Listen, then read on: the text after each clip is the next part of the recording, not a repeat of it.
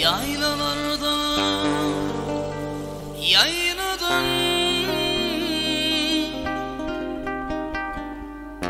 inciredi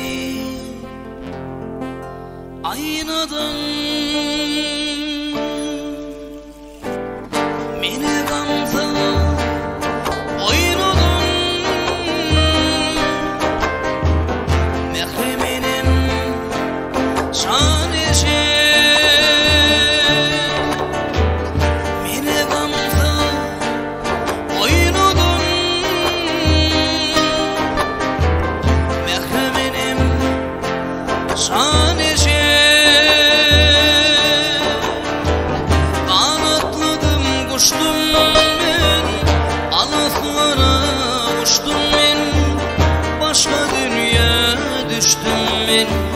mehrevanım şanişim kanatladım kuştum ben alaflara uçtum ben başka dünya düştüm ben mehrevanım şanişim.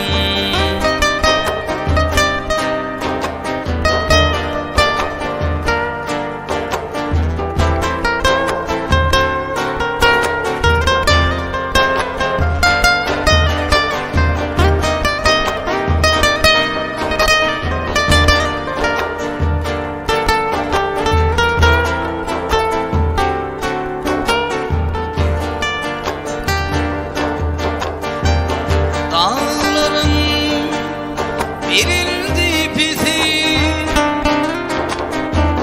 akar suların sesi mehrem kebabın hudisi bizi yarın şanişim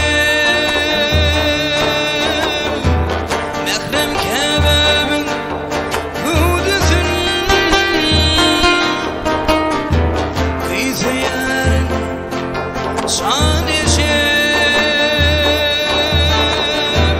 kanatladım kuştum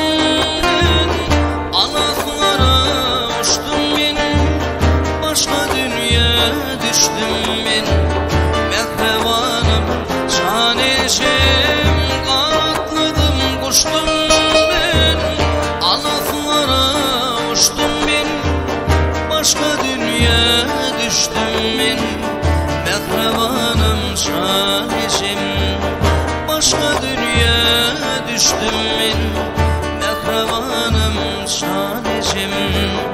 mehrevanım